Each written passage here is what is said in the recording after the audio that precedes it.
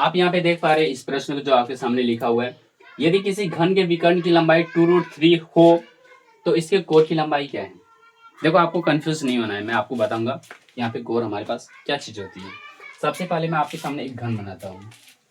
तो घन हमारे पास यहाँ पे ये इस प्रकार से होता है।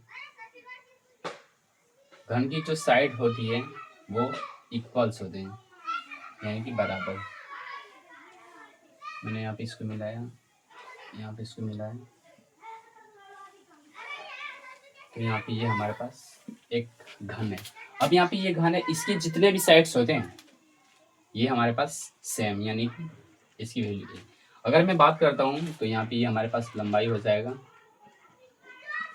और दूसरा हमारे पास चौड़ाई हो जाती है और तीसरा हमारे पास यहाँ पे लंबाई चौड़ाई ऊंचाई, 3 साइड्स होती है हमारे पास जिसकी वैल्यू एक समान होती है, यानी मैं एक ही बात करता हूँ।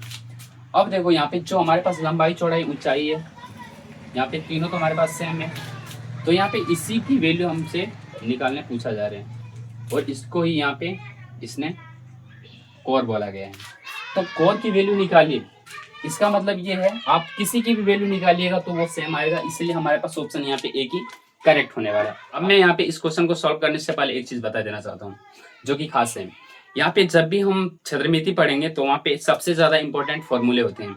यदि आपको फॉर्मूले नहीं पता है तो फिर आप क्षेत्रमिति के सवालों को हल नहीं कर सकते हो। जैसे आपके सामने दे रखा है कि घन के विकर्ण की लंबाई, तो आपको पता होना चाहिए कि हमारे पास घन के विकर्ण क्या होती है। मैं यहाँ पे फॉर्मूला लिखता हूँ, घन का विकर्ण।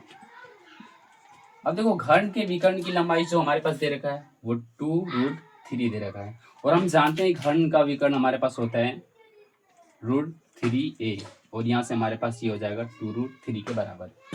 अब यहाँ से हमें कोर की वैल्यू चाहिए और कोर हमारे पास यहाँ पे a की वैल्यू है जो कि लंबाई चौड़ाई ऊंचाई दे रखा है। यहाँ से √3 और √3 कैंसिल हो जाएगा, इसका मतलब a की वैल्यू 2 के बराबर हो जाएगा। यहाँ पे हमारे पास सेंटीमीटर है, इसका मतलब आंसर हमारे पास सेंटीमीटर में आएगा, जो कि ए ऑप्शन में हमारे पास 2 सेंटीमीटर, और ये ऑप्शन करेक्ट हो जाएगा। और मैं तो आप लोगों से यही कहना चाहूंगा कि अब से आप क्षेत्रमिति के सवालों को प्रत्येक दिन एक कम से कम करने की कोशिश करिए, जो कि आपके 5 नंबर में पूछे जाते हैं। आपको जब क्वेश्चन सॉल्व करेंगे तो आपको प्रैक्टिस होगा और प्रैक्टिस होगा तो आपको चीजें भी समझ में आएगी। और हम इसके अगले वीडियो से फॉर्मूला रिविजन करेंगे और कुछ क्वेश्चन भी सॉल्व करेंगे ताकि जो फॉर्मूला हमने पढ़ी है वो कैसे क्वेश्चन में अप्लाई करना है। तो आप सभी का धन्यवाद।